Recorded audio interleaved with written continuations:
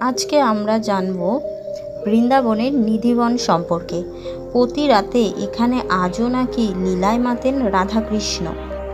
বৃন্দাবনের নিধিবন মন্দির থেকে আজও নাকি ভেসে আসে শ্রীকৃষ্ণের মোহন বাঁশির সুর।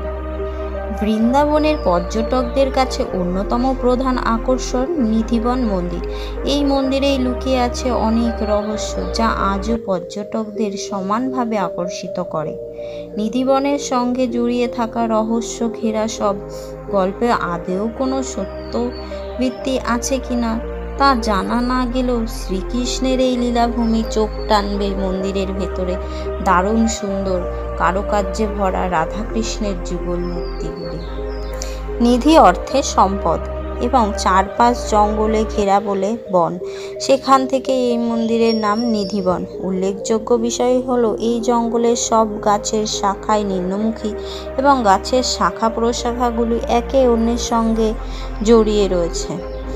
প্রচলিত বিশ্বাস অনুসারে এই গাছগুলি আসলে বাঁকে বিহারীর লীলা খেলার সঙ্গী গোপিনীর দল। শ্রীকৃষ্ণকে শ্রদ্ধা জানিয়ে গাছের শাখা প্রশাখার নিচের দিকে মুখ করে রয়েছে বলে মনে করা হয়। আরও একটি আশ্চর্যের বিষয় হলো এই মন্দির ও তার আশেপাশের এলাকা অন্তত রক্ষক। মন্দির চত্বরে একটি কুয়ো থাকলেও তাতে এক ফোঁটাও জল নেই। মনে করা হয় রাসলীলার সময় একদিন রাধা তৃষ্ণার্ত হয়ে পড়লে তার তৃষ্ণা মেটাতে কৃষ্ণ ঠাকুর এই কুয়োটি তার বাঁশি দিয়ে খনন করেন। গাছের গুড়িগুলো সব ফাঁপা, কিন্তু এই সব গাছ সারা বছর সবুজে ভরে থাকে। দিনের বেলায় এই মন্দিরে পূর্ণার্থী ও পূজারীর ভিড়ে ভরে থাকে, কিন্তু রাত নামলেই নাকি বদলে যায় মন্দির এলাকা। বিকেলের পরই বন্ধ করে দেওয়া হয় মন্দিরের দরজা। সন্ধ্যের পর এই মন্দিরে কারোর প্রবেশ নিষেধ। মনে করা হয় স্বয়ং বাঁকে বিহারী নাকি আজও এখানে রাই কিশোরী ও অন্য অন্য গোপিনীদের সঙ্গে লীলা খেলা করেন। মন্দিরের চারপাশ ঘিরে রাখা এই কাজগুলোই গোপিনীতে পরিবর্তিত হয়ে রাসলীলায় অংশ নেন। এই মহারাসলীলা কাউকে চক্ষুষ করতে দেওয়া হয় না। কয়েকজন অতি উৎসাহী কখনো লুকিয়ে সন্ধ্যের পর মন্দিরে থেকে গিয়েছিলেন। সকালবেলায় তাদের হয় মৃত নয়তো পাগল অবস্থায় উদ্ধার করা হয়।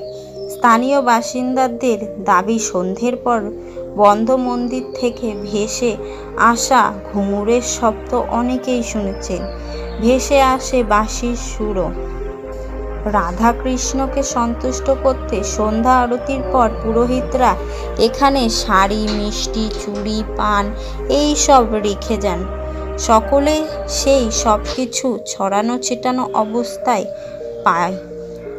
মিষ্টি পান কেউ খেয়ে ফেলে রাখে ও শাড়ি ছড়ানো থাকে, চুড়ি কেউ খুলে পড়েছে নিয়ে আবার রেখে গেছে, এমন বোঝা যায়। অনেক ঐতিহাসিক ও বিজ্ঞানিক এই মন্দিরের রহস্য উদ্ঘাটনের চেষ্টা করেছেন। এখানে কিছু একটা অস্বাভাবিক রয়েছে বলে মেনে নিয়েছেন তারাও।